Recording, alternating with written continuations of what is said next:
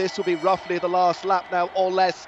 The clock will stop in just a few seconds' time. Alex Dowsett, unfortunately, will not break the world hour record, but he sets a distance of 54.555 kilometres, and that is no disgrace at all.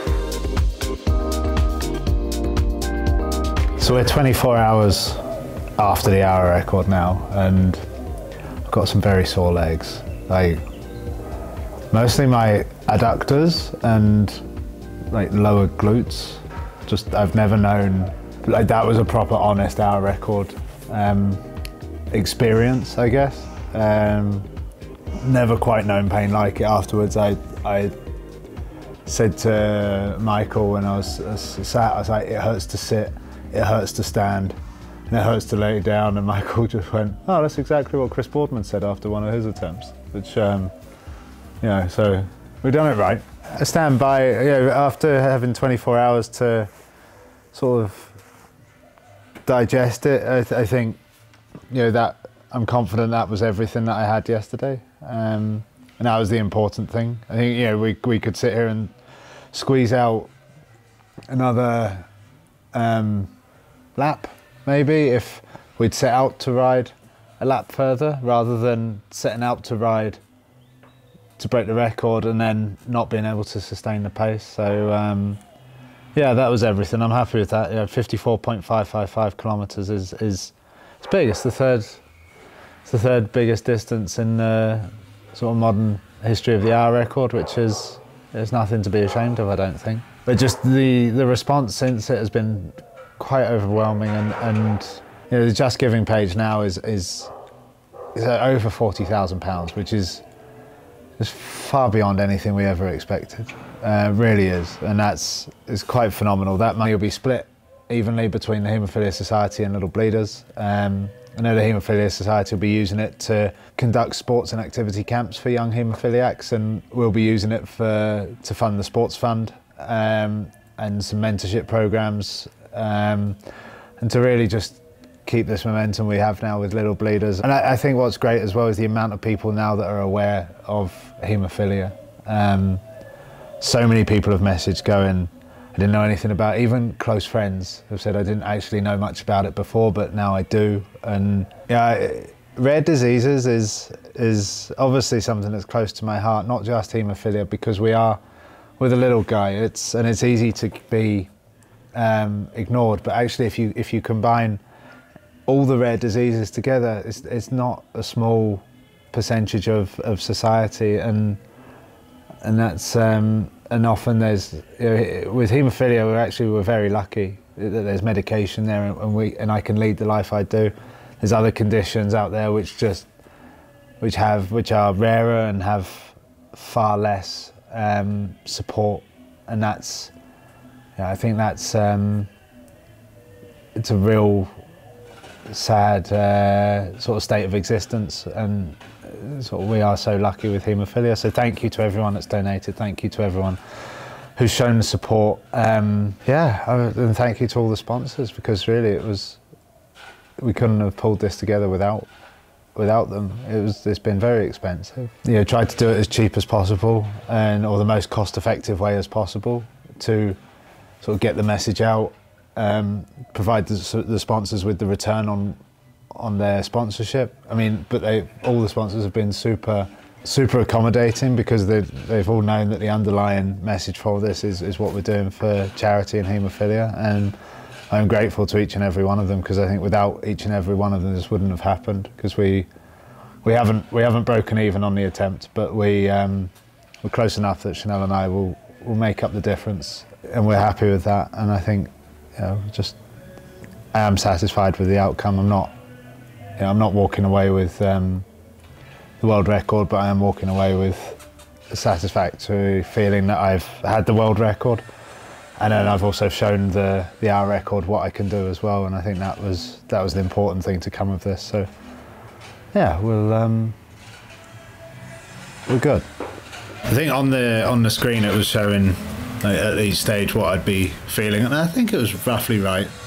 I know for me, the important thing for us to start with was to get the first 5 minutes 5 to 10 minutes correct and not get too excited with the thin air and how fast it can be, and settle in on pace quickly. But then after that, it was a case of I think for 15 to 20 minutes I had a little bit of a rough patch, and then settled down again. I think at 30 minutes I was like, okay, I think maybe I can do this.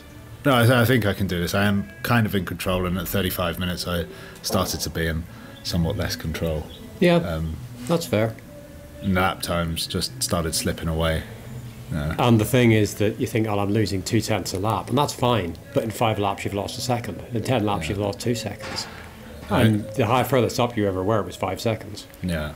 So when we say furthest up, because I think the screen was given it relative to Victor's pace, which, so our schedule was Victor's pace was basically 16.3 seconds per lap as a medium, and my pace was to basically ride at that and then try and nudge it up at the end. So yeah, we were 5 seconds up on that, and then I think between 35 minutes when I started to suffer, I was thinking, okay, well, I've got 5 seconds. I've got 5 seconds of a buffer. Hopefully I can lose that and then regroup and go again. But try as I might, I just couldn't get back on top of it. That's really, really hard. If you were going to be able to do that, you wouldn't have been the problem in the first place. At 35 minutes, I thought, oh no, this is going south, because you drop off the pace, and all the way up to there. If you dropped off the pace, you might have done a couple of 16.4s, maybe a 16.5, but then you punch back to 16.3, 16.2, and it all averaged out. And at that point, you started clocking 16.5, 16.5, 16.5. I thought, if he could fix it, he'd be fixing it already. Yeah. Because the margins are so tight. It's amazing, isn't it? Actually, just you think you're only losing 0.3 seconds a lap at times, and then for me, it's like I feel like it's cataclysmically slipping away. And at the point where you're 5 seconds up, I'm thinking, well, that's fine, that's comfortable. It's 5 seconds. If you're 5 seconds up the intermediate time check at a 50-kilometre time trial, you don't think you're safe, and you don't think you're safe. No.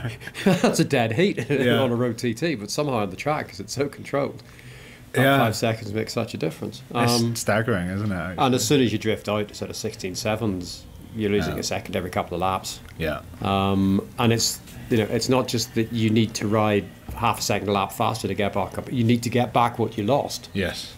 And then, so you need to ride faster than you'd ridden even at the beginning of that. It either it works or it doesn't, and if it goes wrong, it goes wrong very quickly and very badly. Oh, yeah. Having said that, 54.555. That's a decent distance. Not at all bad. No. I mean, just edged out Wiggins. Which, Wiggins is a very high caliber rider.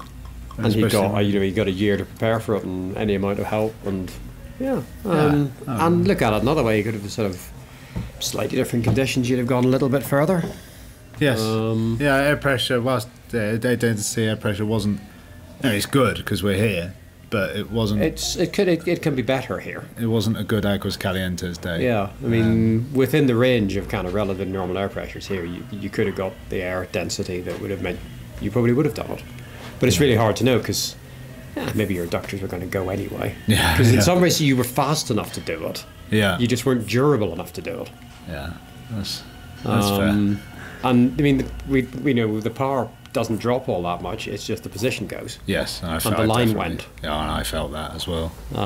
So you suddenly, head up, seeing an awful lot of the sprinters' line going backwards and forwards in front of the front wheel, and hitting a few of those pads. You hit all of them in one lap. You nearly collected me with you down the home straight. My line in the last attempt was superb because we were going a little bit slower and I was much more comfortable and riding very much head up. This time round, trying to look down and look where I'm going at the same time in a whole world of hurt, and travelling a bit quicker made trying to stay under the black line a little more difficult. And I think it's a slightly harder track to sit on the black line because Manchester's a really nice pursuiter track. Right. It's really easy to just swoosh around the black line in Manchester. Yeah. It's easier than it is in London, or easier than it is in Newport, for example, and I think here is a little bit more difficult. It just flicks you up every so often, but I don't know. I thought it was a really good attempt. I really did. I think you should be really proud of it because the margins are really tight. Yeah. And you're right at the match. And you executed it really well. The first 35 minutes was absolutely textbook. Tiny bit quick on lap 3. which I told you were going to do, and you did it anyway. I did it. But I didn't think I was doing it, but I did it. Yeah, I knew you were going to do it.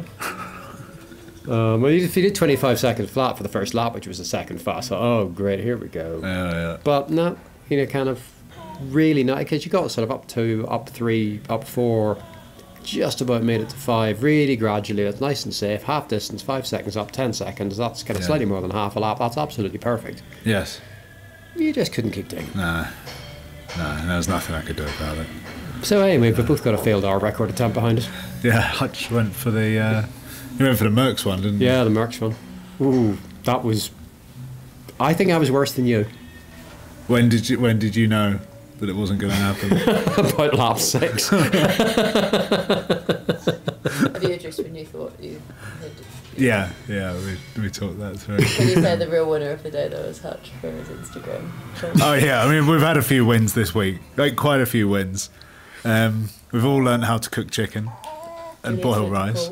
Juliet's just about crawling and had her first accident as well, which isn't a win, but it happened. Social services in line too. We raised over £40,000 for. That's brilliant, actually. Yeah, it's mind blowing. And Hutch, man of many words and few photos, has amassed 2,000 followers on Instagram without barely trying. We're considering I started the week with 25, I think. Yeah, the unlikely influencer. What was the phrase? The reluctant influencer. The reluctant influencer. I'm not sure 2,000 followers makes me an influencer. I respectfully disagree. You think? Yeah. I challenge you to find one person I've influenced. You think? I'll put a call out. You influence me. Well, anyway, that's enough from us. I'm off to Israel to meet up with the 2022 team for next year. Chanel's back to the UK, then I'll be joining back on the UK. We're going to do some normal stuff for a while, which does not involve organising any kind of cycling event or anything. We're going to go to a wedding, go to a charity dinner, spend time with everyone that we haven't been able to spend time with this side of the globe for a couple of weeks, and then start thinking about next year and training. So, thank you.